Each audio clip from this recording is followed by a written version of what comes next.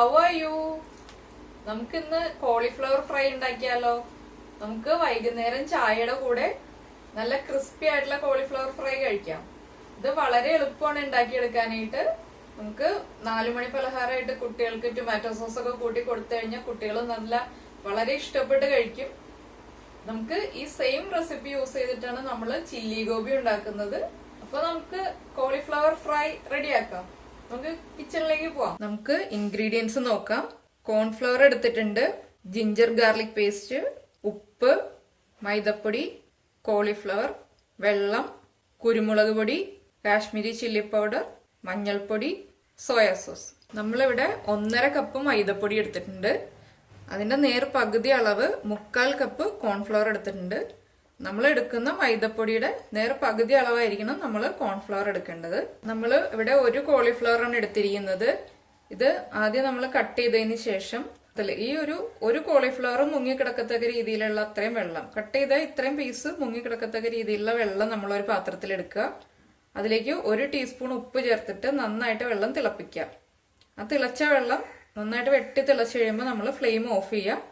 ആ വെള്ളത്തിലേക്ക് കട്ട് ചെയ്ത കോളിഫ്ലവറിന്റെ പീസസ് ഇടുക.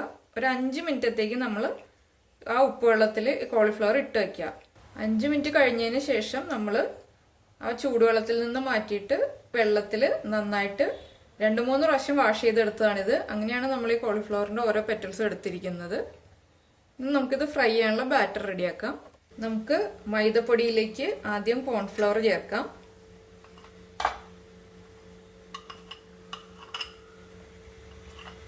ഇതിലേക്ക് നമുക്കിനി കാശ്മീരി ചില്ലി പൗഡർ ചേർക്കാം. നമ്മൾ ഫുഡ് കളർ ചേർക്കുകയാണെങ്കിൽ ചില്ലി പൗഡർ കുറച്ച് ചേർത്താൽ മതി. ഇതിപ്പോ കളറിന് വേണ്ടിയിട്ടാണ് കൂടുതൽ ചില്ലി പൗഡർ ചേർക്കുന്നത്. നമുക്ക് പെപ്പർ പൗഡർ ആഡ് ചെയ്യാം. നമ്മൾ ഫുഡ് കളർ ചേർക്കുകയാണെങ്കിൽ പെപ്പർ പൗഡറിന് പകരം റെഡ് ചില്ലി സോസ് ആഡ് ചെയ്താൽ മതി.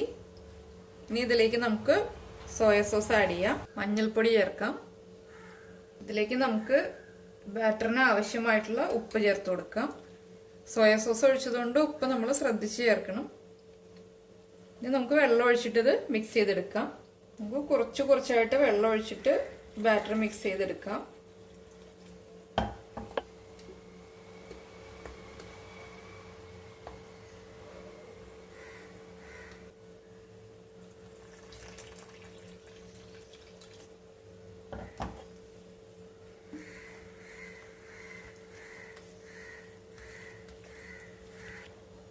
നമ്മുടെ ബാറ്റർ റെഡി ആയിട്ടുണ്ട്.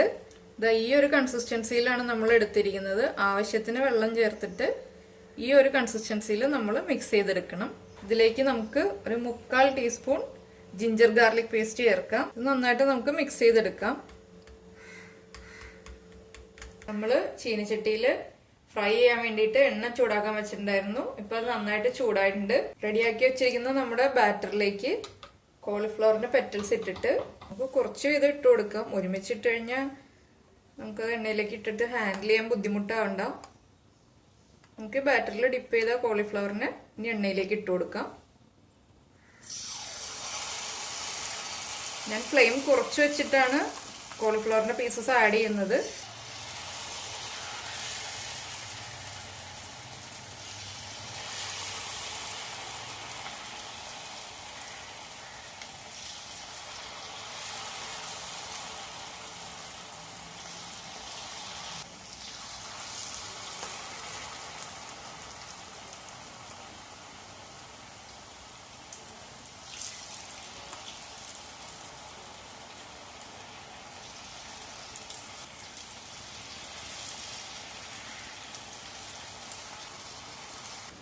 നമുക്ക് നമ്മുടെ കോളിഫ്ലവർ ഒന്ന് തിരിച്ചിടാം.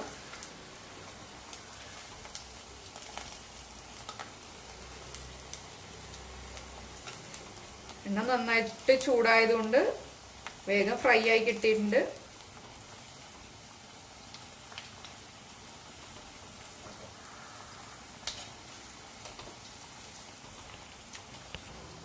നമ്മുടെ കോളിഫ്ലവർ നന്നായിട്ട് ഫ്രൈ ആയി വന്നിട്ടുണ്ട്.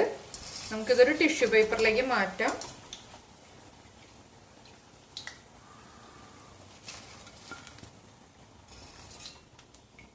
ഇതുപോലെ ബാക്കി നമുക്ക് ഫ്രൈ ചെയ്തെടുക്കാം.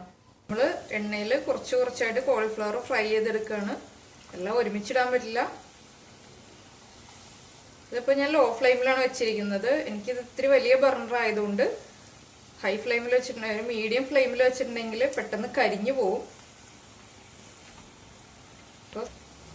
സാധാരണ നമ്മുടെ വീടുകളിലൊക്കെ യൂസ് ചെയ്യുന്ന സ്റ്റവ് ആകുമ്പോൾ നമ്മൾ എണ്ണ നന്നായിട്ട് ചൂടായിട്ട് എണ്ണയിലേക്ക് കോളിഫ്ലവർ ഇടുമ്പോൾ ഫ്ലെയിം കുറച്ച് വയ്ക്കുക. അതിനുശേഷം കോളിഫ്ലവർ ഇട്ടതിന് ശേഷം നമ്മൾ ഒരു മീഡിയം ഫ്ലെയിമിൽ വെച്ചിട്ട് വേണം ഫ്രൈ ചെയ്തെടുക്കാൻ. അല്ലെങ്കിൽ നമ്മുടെ കോളിഫ്ലവറിന്റെ പീസ് എണ്ണ വലിക്കുകയും കറക്റ്റായിട്ട് കുക്കാവാതിരിക്കുകയും ചെയ്യും. നമ്മുടെ കോളിഫ്ലവർ ഫ്രൈ റെഡി ആയിട്ടുണ്ട്. നമുക്ക് വൈകുന്നേരം ചായയുടെ കൂടെ കഴിക്കാൻ എളുപ്പത്തിൽ ഉണ്ടാക്കാൻ പറ്റിയൊരു സ്നാക്കാണിത്. നമ്മളിപ്പോൾ ഇതിൽ ഫുഡ് കളറൊന്നും ചേർത്തിട്ടില്ല, അതുകൊണ്ടാണ് ഇങ്ങനെ ഒരു ബ്രൗൺ ഷെയ്ഡ് വന്നിരിക്കുന്നത്.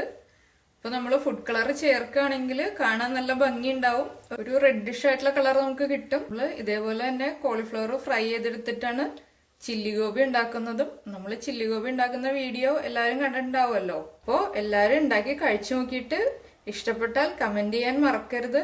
അതുപോലെ തന്നെ ലൈക്ക് ചെയ്യാനും ഷെയർ ചെയ്യാനും സബ്സ്ക്രൈബ് ചെയ്യാനും മറക്കാതിരിക്കാം.